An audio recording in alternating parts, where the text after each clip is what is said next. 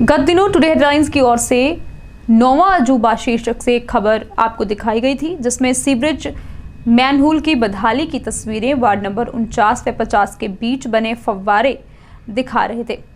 खबर प्रसारित होने के बाद प्रशासन हरकत में आया व सीवरेज को ढकने के लिए काम लगवा दिया गया, लेकिन ये कार्य दोनों वार्ड के पार्षदों के बीच विवाद बन गया है। वार्ड नंबर 49 की पार्षद कंचन बाला के पति राजिंदर लाडी ने बताया कि वार्ड निवासी एक परिवार ने उनसे शिकायत की थी कि मरम्मत कार्य में पुराने सीवरेज ढक्कन को बिना निकाले नया ढक्कन लगाया जा रहा है, जिससे आने वाले समय में सीवरेज फिर जाम हो सकता है। इसलिए उन्होंने मौके पर पहुंचकर ठेकेदार को काम करने से रोका, जिसके बाद वार्ड नंबर 50 के पार्षद चरणजीत सिंह हैप्पी ने उनके साथ हाथापाई की। मामले की शिकायत थाना डिवीजन नंबर 1 में कर दी गई है। इस संबंध में वार्ड नंबर 50 पार्षद चरणजीत सिंह हैप्पी ने कहा कि राजिंदर लाडी बेवजह मुद्दा बना रहे हैं। उन्होंने अपने कार्यकाल में ये कार्य क्यों नहीं करवाया, और अब यदि ये काम करवा रहे हैं तो बिना वजह काम में रुकावट डाली जा रही है। उन्होंने मारपीट की घटना से साफ इनकार किया। वहीं थाना प्रभारी प्रमोद कुमार ने कहा कि राजिंदर लाडी की शिकायत मिली है, दोनों पक्षों को बुलाकर जांच की जाएगी और बनती कार्रवाई की जाएगी। इस तरह के अज मैनू भाई साहब का फोन आया, मेरे वार्ड नंबर 49 जो MC कंचन बाला जी का हसबैंड आ मैं, तो मैनू इन्होंने फोन किया भी मेरे बूहे के अगे एक स्लैब पै रही है जिहड़ी कि काफ़ी दिनों तो टुटी पई सी, और अज स्लैब पै रही है। उस स्लैब इन्होंने कहा भी स्लैब पै जानी है, लेकिन स्लैब उहदे विच ढक्कन भी आ ते मलबा भी पुराना पिया, वो इन्होंने कढ़िया नहीं है ठेकेदारां ने। तो तुसीं आओ, मैं उस वेले आया, मैं आके ठेकेदार नूं इन्नी गल कही है भी काका इहदे विच जिहड़ा पुराना ढक्कन पिया, कल नूं स्लैब पै गई, ढक्कन लग गया, विचों नहीं निकलना, जो मर्जी कर लो, वो पाइप 'च फस जाना, पिछों ब्लॉक हो जाना सारा सिस्टम। अगे भी कई बारी ये स्लैबां टुटियां, बड़ा बुरा हाल होया। क्यों हुंदा कि इहदे विच कंक्रीट शटरिंग तक नहीं खोलदे, विचे रहिंदी है। मैं आके ठेकेदार नूं समझाया, ठेकेदार ने सीधा कहा जी MC हैप्पी जिहड़ा वार्ड नंबर मेरे सामने वाला वार्ड है, वार्ड नंबर 49, MC ने कहा भी तुसीं पा दिओ, ढक्कन बाद च निकल जाएगा। तुसीं भी पत्रकार पढ़े लिखे हो, मैनू दसो ढक्कन बाद च स्लैब लग जाएगी, ढक्कन बाद च निकल जाएगा। ये गल हुई है। मैं SDO परमजोत नाल गल की, उन्हें भी मैनू कहा ढक्कन बाद निकलेगा। कितना पढ़िया लिखे अफसर है, मैं हैरान होना। सत्ता दे विच मदहोश होए ने लोग सारे, कहंदा ढक्कन बाद च निकल जाएगा। मैं भी MES आर्मी का ठेकेदार है, मैनू पता ढक्कन नहीं निकलना बाद च। उस तो बाद मैं JE नाल गल की, सब नाल गल की, किसी ने नहीं सुनी। हार के इन्हें ठेकेदार ने वार्ड नंबर 50 के MC चरणजीत हैप्पी नूं बुलाया। मैं उन्होंने आंदे ही कहा, मैं हैप्पी जी ये ढक्कन पिया, मलबा पिया, इनू कढ़ लो, ये ना होए भी वो मलबा मुड़ के फिर सीवरेज च फस जाए तो सारा एरिया जिहड़ा पिछों आंदा पिया सारा ब्लॉक हो जाए, लोगों के घरों 'च पानी चल जाएगा। जिथे 2 दिन नहीं बनी या 4 दिन नहीं अफसरां दी नलैकी नाल बनी, उत्थे एक अद्धे दिन होर इत्थे अपनी पहरा दे के किस सिस्टम नाल उहनूं रख के ते उहनूं पिछों बंद करके ते ढक्कन कढ़ लो। उन्हें जी आंदे ही कहंदा भी ये तो स्लैब पैनी, वो ढक्कन नहीं निकलनी, तू मामा लगना। मैं कहा मैं मामा तो नहीं लगता, पर जिहड़ा तेरा सामना वार्ड है, इस वार्ड का मैं नुमाइंदा, मेरी मिसेज MC है, मेरी उन्नी जिम्मेवारी है जो मेरी मिसेज की है। मैनू परिवार ने कहा मैं आ गया, पर तू ढक्कन कढ़ ला। मैनू ये दस भी काम ठेकेदारां दा, असीं दोवें क्यों लड़ीए, असीं दोवां ने क्यों लड़ना इस मसले के उपर। ठेकेदारां नूं जोर पाने भी इचों ढक्कन कड्डो, लेकिन वो ढक्कन ते बाद की गल सी। उन्हें मेरे नाल गंदियां गाली गलोची मेरे परिवार के उपर गालां कड्डियां, मैनू हथों पाई पिया, मेरे गले नूं फड़िया, मैनू मुक्के मारे, उथों पत्थर चुक के मेरे ते मारन लगा, और मैनू सैप्टिक टैंक दे विच धक्का भी देन लगा। इन्ना सत्ता दा भरिया होया ये सिद्धू आ, जिता सिद्धू बोलिया ना हट जाओ पिछे, इदां ही अज हैप्पी कहंदा हट जाओ पिछे। पर इनू ये नहीं पता कि सत्ता जिहड़ी हुंदी है वो थोड़े दिन लई हुंदी है, सत्ता बदलती रहिंदी है। असीं नुमाइंदे हैं, असीं गर्म हो गए आपस च ते पब्लिक नूं समझावांगे किस तरह।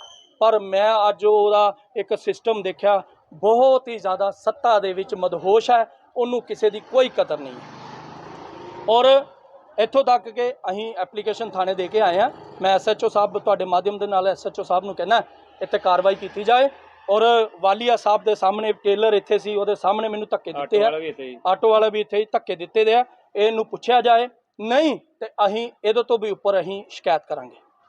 मेरी एक होर बेनती है तुहाडे अगे, ये मैनूं बार बार कह रहा कि साडा ट्यूबल अबरोल नगर तो तुसीं शास्त्री नगर वालियां नूं पानी दिंदे हो, साडे बंदियां दा बाल खलवांदे हो रात नूं, ਇਹਨੂੰ ਪੁੱਛਣਾ ਸੀ ਕਿ ਤੇਰਾ ਟਿਊਬਲ ਹੈ, ਸਰਕਾਰੀ ਟਿਊਬਲ ਹੈ। ਅਗਰ ਖੇਤੀਬਾੜੀ ਟਿਊਬਲ ਬੰਦ ਹੋ ਗਿਆ तो जे मैं अपने वार्ड का नुमाइंदा, मेरी मिसिज बनी है, मैं जिम्मेवारी रख रहा तो मैं अफसर नूं कह के उन्होंने खलवा रहा है तो तेनों की तकलीफ हो रही है। मैं इस बंदे तो हैरान है कि ये बंदे नूं बंदा ही नहीं समझ रहा, इन्ना सत्ता तो महसूस हो गया। अगर पूरा एरिया बरोल नगर तो लैके लमीनी या शास्त्री नगर अगर सीवरेज के नाल बंद हो जाता है, ਉਹਦੀ ਸਾਰੀ ਦੀ ਸਾਰੀ ਜ਼ਿੰਮੇਵਾਰੀ ਬੰਦ ਦੀ ਅਫਸਰਾਂ ਦੇ ਨਾਲ ਇਸ ਵਾਰਡ ਦਾ ਜਿਹੜਾ ਵਾਰਡ ਨੰਬਰ 50 ਦਾ MC ਚਰਨਜੀਤ ਸਿੰਘ ਹੈ ਉਹਦੀ ਹੋਏਗੀ, ਜੋ ਵੀ ਅਗਰ ਕੋਈ ਨੁਕਸਾਨ ਹੋਇਆ। ਹਾਂਜੀ, ਇਹ ਆਪਣੇ MC ਸਾਹਿਬ ਆਏ ਨੇ, ਇਹਨਾਂ ਨੂੰ ਅਸੀਂ ਦੱਸਿਆ ਵੀ ਇਹਦੇ ਵਿੱਚ ਇਹਦਾ ਢੱਕਣ ਡਿੱਗਿਆ ਦਾ ਹੈਗਾ। ਹਾਂਜੀ, ਤੇ ਇਹਨਾਂ ਨੇ ਉਹਨਾਂ ਨੂੰ ਕਿਹਾ ਵੀ ਇਹ ਢੱਕਣ ਕਢਾ ਲਓ ਵੀ ਇਹਦਾ ਜਿਹੜਾ ਬਲਾਕ ਹੋ ਜਾਣਾ ਇਹ ਸਿਸਟਮ ਇਹਦਾ। ਤੇ ਇਹਨਾਂ ਨੇ ਬਾਅਦ ਵਿੱਚ ਉਹਨੂੰ ਕਿਹਾ, ਉਹ ਕਹਿੰਦੇ ਜੀ ਸਾਨੂੰ ਜਿਹੜਾ ਇੱਥੋਂ ਦਾ MC ਹੈ ਨਾ, ਉਹਨੇ ਕਿਹਾ ਸਲੈਬ ਪਾ ਦੇ, ਵੇਖ ਲਾਂਗੇ ਅਸੀਂ ਪਾਣੀ ਹੈ ਬਾਅਦ ਵਿੱਚ ਸਲੈਬ। ਤੇ ਉਹ ਇਹਨਾਂ ਨੇ ਆ ਕੇ ਕਿਹਾ ਤੇ MC ਨੂੰ ਕਹਿਣ ਲੱਗ ਪਏ ਤੂੰ ਮਾਮਾ ਲੱਗਦਾ, ਤੂੰ ਆ ਵਾਰਡ 'ਚ ਕੀ ਕਰਨਾ ਆ, ਤੂੰ ਠੱਗ ਆ, ਜੇ ਹੈ ਇਹਨਾਂ ਦਾ। ਉਹ ਇਹਦੇ ਗਲ ਪੈ ਗਿਆ, ਇਹਨਾਂ ਨੂੰ ਧੱਕਾ ਦੇ ਦਿੱਤਾ, ਵੱਟਾ ਵੀ ਚੁੱਕਿਆ ਮੇਰੇ ਸਾਹਮਣੇ ਨਾ ਉਸ MC ਨੇ, ਤੇ ਕਹਿੰਦਾ ਇਹ ਸਲੈਬ ਅਸੀਂ ਪਾਣੀ ਹੈਗੀ ਆ। ਤੇ ਇਹ ਗੱਲ ਇਹਨਾਂ ਦੇ ਸਾਹਮਣੇ ਹੋਈ ਹੈ। ਤੇ ਪਾਣੀ ਰੁਕ ਗਿਆ ਤੇ ਅੱਜ ਬਾਰਿਸ਼ ਆਈ ਤੇ ਅੱਜ ਹੀ ਉੱਠ ਪੈਣੀ ਸਾਈਡ। ਹਾਂਜੀ, ਅਸੀਂ ਤੇ ਆਨੇ ਦੇ ਵਿੱਚੋਂ ਸਫਾਈ ਕਰਾ ਕੇ ਫੇਰ ਸਲੈਬ ਪਾਉਣ। ਮੈਂ ਵਾਰਡ ਨੰਬਰ 50 ਤੋਂ ਕੌਂਸਲਰ ਹਾਂ ਮੌਜੂਦਾ ਜੀ, ਜਿਹੜੇ ਕਿ ਅੱਜ ਆਰੋਪ ਲਗਾ ਰਹੇ ਆ ਲਾਡੀ ਜੀ। ਮੈਂ ਸਭ ਤੋਂ ਪਹਿਲੇ ਤਾਂ ਇਹਨਾਂ ਨੂੰ ਪੁੱਛਣਾ ਚਾਹੁੰਦਾ ਕਿ ਇਹਦਾ ਵਾਰਡ ਕਿਹੜਾ ਜੀ, ਇਹ ਕਿਸ ਵਾਰਡ ਦੇ MC ਆ ਮੌਜੂਦਾ, ਸਾਨੂੰ ਦੱਸਣ। ਇਹ ਬਿਲਕੁਲ ਮੇਰੇ ਨਾਲ ਲੱਗਦਾ ਹੋਇਆ 49 ਨੰਬਰ ਵਾਰਡ ਹੈ, ਜਿਹੜਾ ਕਿ ਬਿਲਕੁਲ ਇਹ ਨਾਲੇ ਦੇ ਉਸ ਪਾਰ ਹੈ। ਇਹ ਵਾਰਡ ਦੇ ਇਹਦੀ ਮਿਸਿਸ ਜਿਹੜੀ ਉੱਥੋਂ MC ਹੈ ਜੀ। ਇਹਦਾ ਮਟੀਰੀਅਲ ਤੁਸੀਂ ਵੀਡੀਓਗ੍ਰਾਫਰੀ ਕੀਤੀ ਹੋਣੀ ਆ, ਹਜੇ ਤਾਂ ਨਾ ਸਲੈਬ ਪਈ ਆ, ਸਰੀਆ ਬਾਹਰ ਬੰਨਿਆ ਪਿਆ, ਜਾਲ ਬੰਨਿਆ ਪਿਆ। ਕਿਸੇ ਵੀ ਉੱਚ ਅਧਿਕਾਰੀ ਨੂੰ ਬੁਲਾ ਕੇ ਇਹ ਚੈੱਕ ਕਰਾ ਸਕਦੇ ਆ। ਔਰ ਜਿਹੜੀ ਇਹ ਕੰਪਲੇਨ ਕਰਨੀ ਇੱਕ MC ਨੂੰ ਨਹੀਂ ਬਣਦੀ, ਇਹ ਕੰਪਲੇਨ ਬਣਦੀ ਹੈ ਅਫਸਰਾਂ ਨੂੰ। SDO ਸਾਹਿਬ ਨਾਲ ਇਹਨਾਂ ਨੇ ਗੱਲ ਹੋ ਗਈ ਹੈ, ਸਭ ਕੁਝ ਐਕਸ਼ਨ ਸਾਹਿਬ ਨਾਲ ਗੱਲ ਹੋਈ, SC ਸਾਹਿਬ ਨਾਲ ਇਹਦੀ ਗੱਲ ਹੋ ਗਈ ਹੈ। JE ਸਾਹਿਬ ਮੌਕੇ 'ਤੇ ਆਏ ਆ, ਉਹਨਾਂ ਨੇ ਇਹਨਾਂ ਨੂੰ ਪੁੱਛਿਆ ਕਿ ਦੱਸੋ ਸਾਨੂੰ ਕਿ ਮਟੀਰੀਅਲ ਕਿਹੜਾ ਖਰਾਬ ਹੈ। ਸਰੀਆ 16 mm ਦਾ ਸਰੀਆ, 12 mm ਉਹਦੀ ਕਰੰਕ ਬਣਾ ਕੇ 4x4 ਦਾ ਹੀ ਛੋਟਾ ਖਾਨਾ ਬਣਾ ਕੇ ਪਾ ਰਹੇ ਹਾਂ।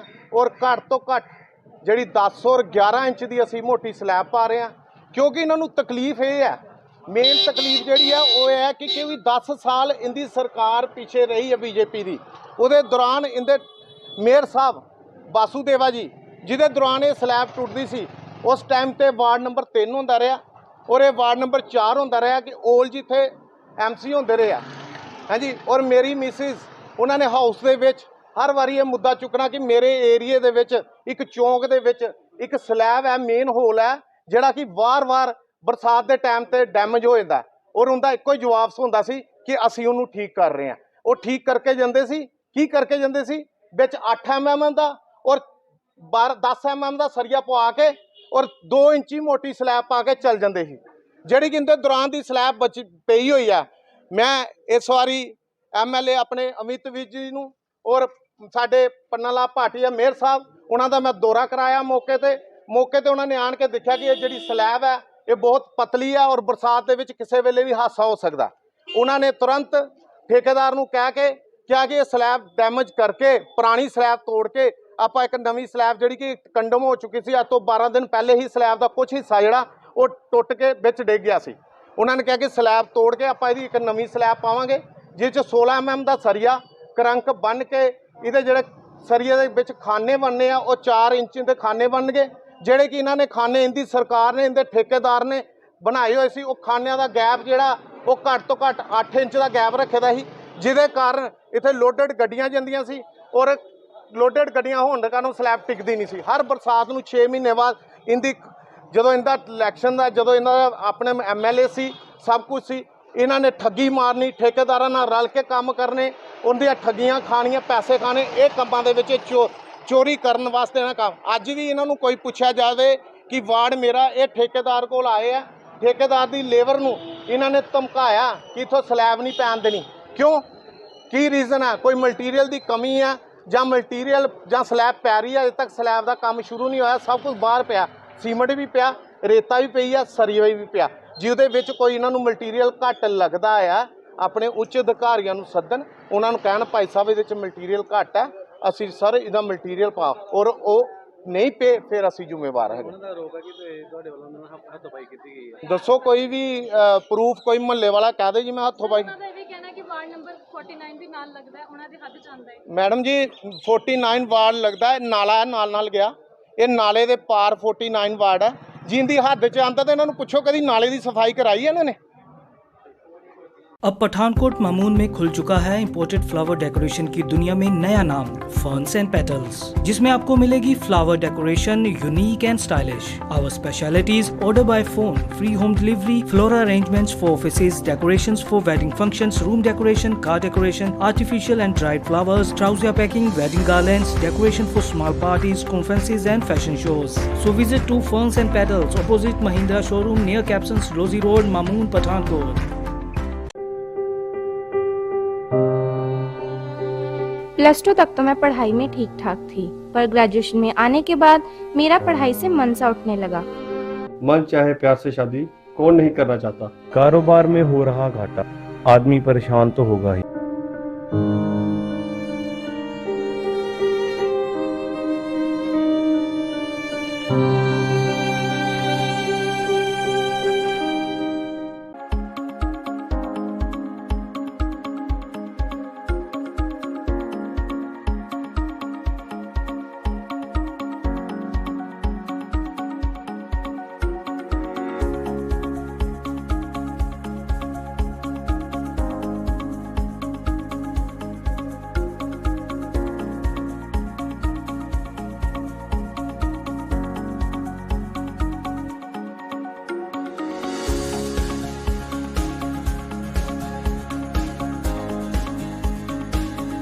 I hope once you visit this campus, your all queries regarding admission shall be fulfilled. Do visit us before seeking admission anyway.